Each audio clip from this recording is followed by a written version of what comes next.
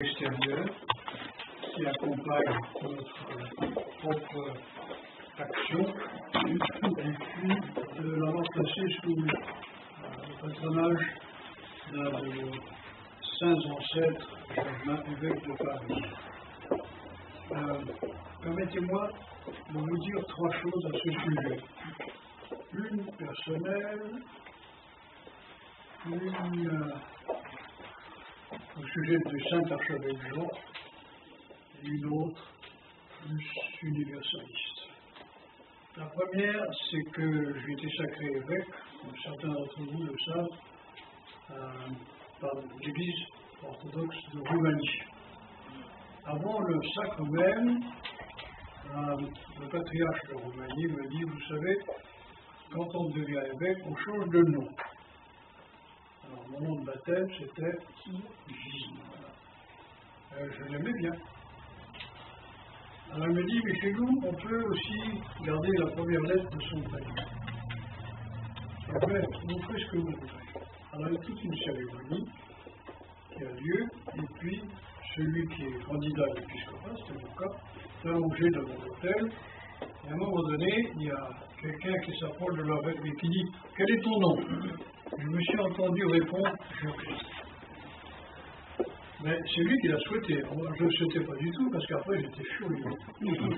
Bon, oui, vous trouvez, Germain, ça ne convenait pas du tout à ma notoriété. Voilà. Alors maintenant, Gilles a disparu et Germain est bien là. Alors, ça, c'est le premier événement, mais c'était Germain de Paris, qui, à tous égards, je crois, correspond à la nécessité de l'altérisme. Autre chose, c'est une chose de l'archevêque Jean de San Francisco. C'était un homme qui était né en Russie, ukrainien, et qui avait une formation telle que l'Église russe d'avant 1918, c'est-à-dire avant la Révolution, a donné une Église d'une vitalité et d'une profondeur intérieure tout à fait exceptionnelle. C'est un peu une anecdote que je vais vous raconter, mais il était allé d'abord en Chine. D'abord, il est allé en Yougoslavie comme exilé, après, il était sacré évêque à Belgrade, et il était envoyé en Chine à San Francisco. Voilà. Et là-bas, il a réuni la communauté russe exilée, ou bien même pas exilée, parce qu'il y a pas mal de Russes en Chine, et un jour, il avait constitué je ne sais pas comment on appelait ça, une sorte d'orphelinat de Chinois. C'était un homme très strict pour les sacrements et la discipline ecclésiastique et tout. Et alors, il célèbre la liturgie, il y a des Chinois qui avaient. Et puis, il y a un Chinois, qui était un garçon de, je sais pas, 16 ou 17 ans, qui vient, et l'archevêque ne réfléchit pas, et lui donne la communion, et il n'était pas baptisé. Après, il s'est souvenu que le garçon n'était pas baptisé, alors il lui pose la question, il lui dit, tu sais bien que tu n'es pas baptisé, tu n'avais pas la possibilité ni le droit de venir communier. Pourquoi l'as-tu fait? Parce que je t'aime. Alors il dit, voilà, c'est comme ça. Et partout où il est passé, cet archevêque provoquait, disons que le mot aimer avait une signification. La dernière chose, certainement la plus importante, c'est le sujet de la bénédiction d'une église et de sa dédicace. Savez-vous quels sont les deux caractères que le Créateur a donné à l'homme par rapport à lui-même?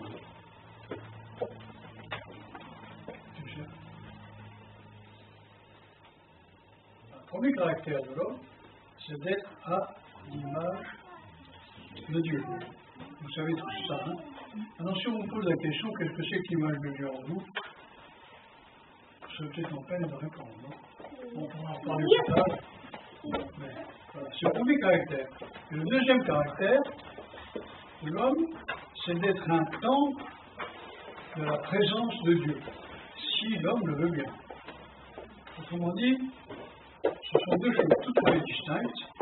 Et si vous y regardez la création, combien y a-t-il de temples qu'on peut repérer au sein de la civilisation et de la création? Il y en a trois. Il y a ce temple, par exemple, comme celui-ci. Il y a l'être humain, qui est un temple potentiel de la présence divine, et il y a le monde cosmique. Le cosmos est un temple aussi de la présence divine. Alors, toute l'articulation de la vie des hommes consiste d'abord à devenir ce qu'ils sont potentiellement, c'est-à-dire des dieux par le truchement de l'image qui est déposée en eux. Vous voyez, c'est comme le dessin des enfants, il y a des petites croix, vous savez, on dit joignez les croix, et ça constitue le dessin. Les croix, c'est le potentiel. Ensuite, disons, d'accepter de recevoir la présence divine dans notre temps qui est à la fois physique, psychique et spirituel. Les trois. C'est-à-dire, le corps, ce n'est pas un emballage provisoire, c'est un associé à part entière. Eh bien, le début de l'accomplissement de cet enracinement de Dieu dans l'humanité, disons, mais pas par des intermédiaires, quels qu'ils soient, eh bien, c'est le sein de Marie. Le Verbe se fait chair dans son sein. Et d'une certaine manière, si vous regardez de près, le sein de Marie, c'est la mise au tombeau de la divinité. On a vu l'homme sortir du sein de la Vierge, mais on n'a pas vu sa divinité, il l'a caché. C'est une chose. Et si vous prenez toute l'histoire de l'humanité, progressivement, jusqu'à l'accomplissement des temps, et même au-delà, eh bien, c'est la marche historique et sublime des relations entre la divinité et l'humanité, afin que l'humanité engendre Dieu dans ses entrailles. Autrement dit, je ne sais pas si vous me comprenez, toute l'humanité est en train de devenir mère de Dieu dans son humanité. Alors, quand on ouvre un temple à la présence divine, d'une certaine manière, nous apprenons à recevoir Dieu dans notre être. Bon, c'est délicat parce que nous sommes tellement infatués de nous-mêmes que quand il se présente, on dit une autre fois, bien sûr. Ou bien j'ai d'autres choses à faire. L'évangile est plein de choses de ce type. Voilà, alors, en tout cas, rappelez-vous, c'est le mystère le plus foudroyant, c'est l'irruption de Dieu lui-même qui s'engendre, disons, à la vie des hommes et qui permet ensuite, au-delà, aux hommes d'être engendrés à la vie divine. Ça, c'est une autre chose. Rappelez-vous, c'est le prodigieux mystère qui préside à toute l'humanité. Puis on pourra faire beaucoup de circonvolutions, de civilisations, des cultures, etc.